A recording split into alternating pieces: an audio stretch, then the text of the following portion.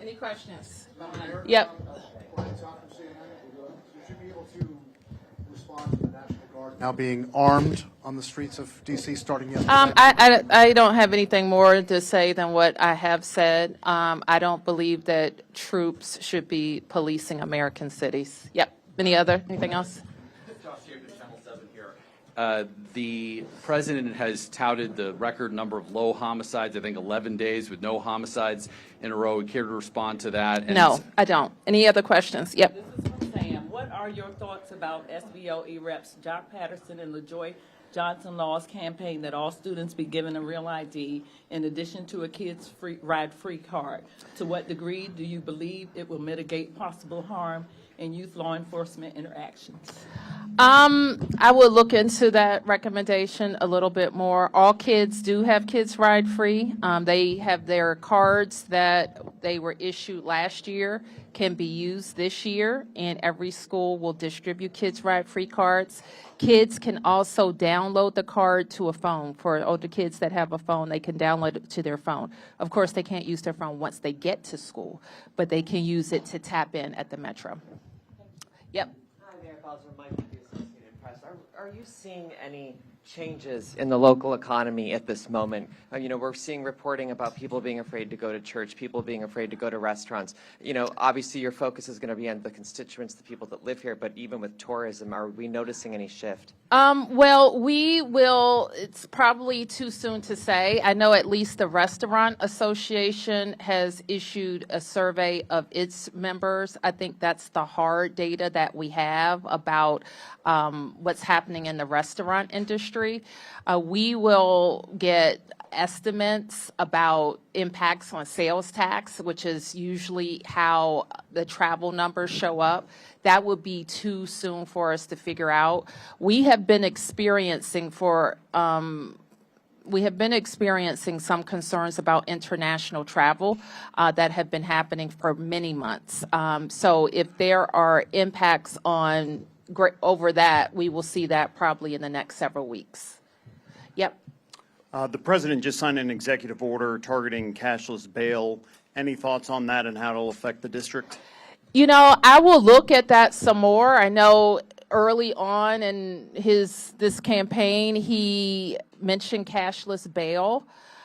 And what has worked for us, which is why we are experiencing the record reduction in crime that we have been for the last 2 years, is an expansion of pretrial detention that requires judges to hold certain offenders or certain people, who have been accused, to hold them pretrial.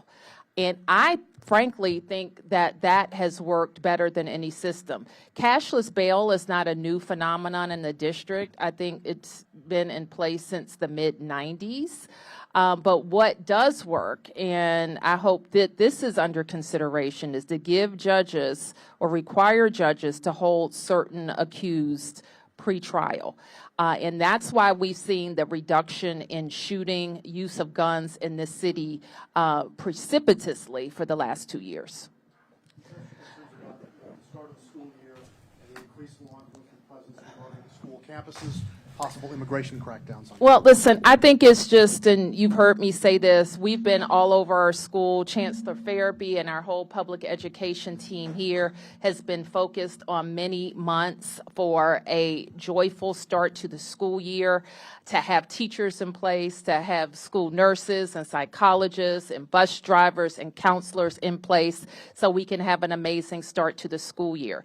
We were able to announce some pretty fantastic news. I guess it was last week that our scores have rebounded from the pandemic in both reading and math, and even better news for our middle graders like the kids here on the Adams campus. So this is all really tremendous news. And I think that any attempt to target children is heartless, is mean, it's uncalled for, and it only hurts us. Yeah. Can you provide us any kind of update? I know you've been in close communication with the federal agencies about how the surge is going. Is any update worth noting that you think residents should know about? I expect that I will give DC residents like a fulsome update soon. Yeah. Thank you, Mayor. I'm sorry I came in late, and someone might have already asked about the cash bail executive Yeah. order. Have you reviewed what Trump can actually do with regards to cash bail in D.C.? We only really heard of this as something being considered, I think, in his first statements. And I did mention already that this is not a new thing in D.C. Cash bail was eliminated in D.C. I think in the mid-'90s. And I think the thing to focus on about people who have been accused of a crime before they have a trial, which is what we have done. We did it, I guess, in the summer of 23 by emergency, is to expand the crimes eligible that require judges to hold people pretrial. I personally think it is among the chief reasons we have seen the precipitous drop in shootings and homicides in the city. Yep. One more for you. The administration is now, focusing on other cities, other states like Chicago, like Baltimore. Are you having conversations with other mayors, other governors about this? If I could tell you the number of conversations I've had, they've been a lot of conversations, and I expect I will continue to have a lot of conversations about what's happening. It's just a reminder to everyone that we're different in D.C. Sometimes that's good, sometimes it's not so good. We're different. Like, we have the most beautiful city in the world, and let me just remind everybody of that. We have beautiful school buildings. We're the #1 park system in the world. We're surrounded by 2 gorgeous rivers, distinct neighborhoods. People live here. We're not just federal buildings and monuments. 700,000 people live here. We pay taxes more per capita than any place in America, but we don't have any votes. We suffer, I'm going to steal a friend's phrase, from proximity to some craziness and vulnerability, because we don't have protection on the Hill. And so the answer for DC is this: every tax-paying American that makes up our city demands the same thing that everybody else has, and that's full statehood and representation. Yeah.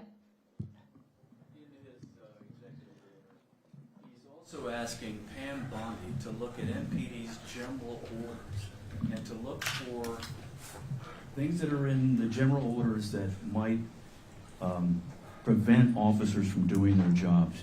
Do you have any idea what that means? And does she have any kind of authority to look into MPD's Paul, you general guys are orders? asking me questions about something I haven't even seen, so you will understand that I will defer on answering. I want to be able to give you an intelligent response.